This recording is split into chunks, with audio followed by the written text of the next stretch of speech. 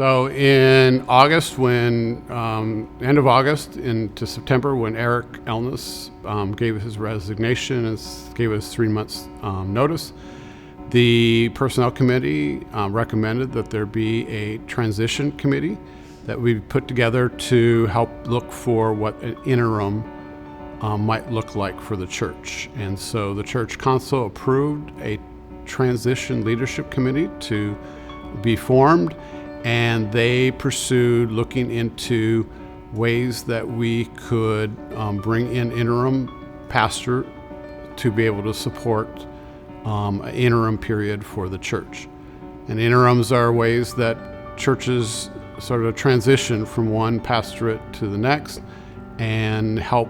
It's a time of reflection and a chance to look at what maybe the next steps for the church, where do they want to go, who they want to be, and help solidify those so that you can create a church profile to be able to present to a search committee who then can call a pastor. In that process, the search committee was talking to staff and Reverend Chris Alexander as to what type of interim would we like to use. And in the discussions, they came up with a collaborative model that would have been Chris Alexander and myself plus another minister. In December, Chris Alexander gave her resignation, and so the Transition Leadership Committee took that opportunity to say, where do we want to go from here? And they decided to continue with the collaborative model, a 3-pronged model. I have been doing collaborative ministry and collegial kinds of models throughout the course of my 20 years of ministry in different settings, some larger, some smaller. But ultimately, we're embodying the body of Christ model by doing this. Everybody has a different role to play, and we're all important, and we're all necessary. But by doing this, we're saying that we're all equally valuable. The benefits of the collaborative model is, again, everyone has their role, right? And people had asked, well, who makes the final decisions? Because they're used to the senior pastor and associate position. And the way the collaborative is that when it comes to worship, congregational care, I'd have the final answer there.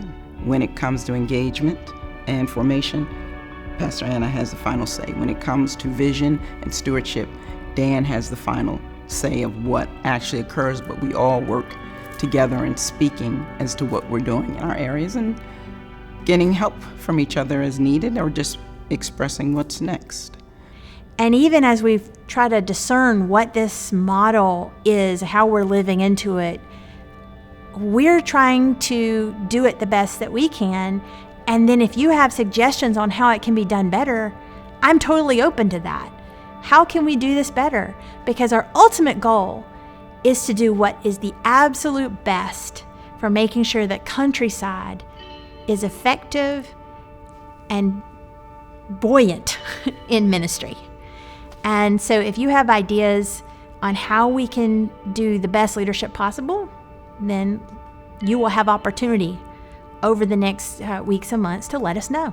So that's the collaborative model is a very good model. I really wholeheartedly believe in it and that it's best for the church because, again, we work collaboratively with the church to do that which is in the best interest of Countryside and part of Tri-Faith. So I am the director of Stewardship and Vision, and my role is to look after the stewardship that God's given to Countryside in the form of finances, our building, our property, the staff, and then also look at ways to look into what is Countryside's vision, what is our 5-year plan, our 10-year plan, and this interim period allows us to discern that, and we'll be, with the help of Pastor Anna and Pastor Tracey, we will be working as to a game plan to be able to help the congregation discern some questions of who we are and where we want to be. And so my responsibility is making sure that we have sound practices, that we are sustainable as a church, and that we have a path moving forward. And my title is the Interim Director of Engagement and Formation here. So this means that all the things that help us to embody our faith and live it out in the world and to be a part of Christian community and the community at large, interfaith community, cross-cultural community, intercultural community, all of that is something that I get to do. And so if there's anybody who is listening to this who has great ideas on how we can live out our faith in a hurting and needy world, please talk to me. I'm currently doing one-on-ones with everyone that is really waiting in the wings to do this next great thing. So I want to hear your ideas, going through all kinds of little conversations with people and trying to figure out who has not just the ideas, but the passion, the calling, in order to start really making a difference in the world. Then I want to work alongside you and connect you with other people that have that same passion and really make Countryside have a lot of things going on, not just inside the building, but also outside the building, and how we manifest God's grace. As the minister of worship, I do preaching, teaching, that's going to be with the Bible study that I will have, and pastoral and congregational care.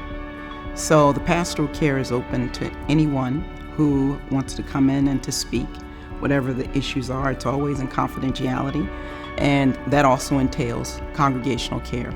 But part of the pastoral care also is going out and seeing the shut-ins, people who are in nursing homes and hospitals, and providing them communion and just speaking with them, letting them know that although they're not specifically in church at this time and may not come back to church, that the church, Countryside, loves them, and the pastor's coming out to see them. And primarily the reason I do that is because for me, if I was a dedicated member and loved my church and could no longer come, then I'd want to at least see my pastor at least once, several times. But I make visits very regularly each week to get to know the people and just, again, to let them know that they are not alone.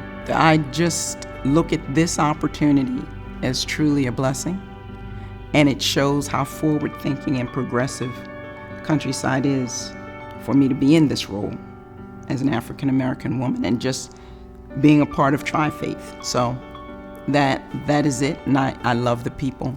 I love the way we are going forward as a church, and just for such a time as this, God being in the midst.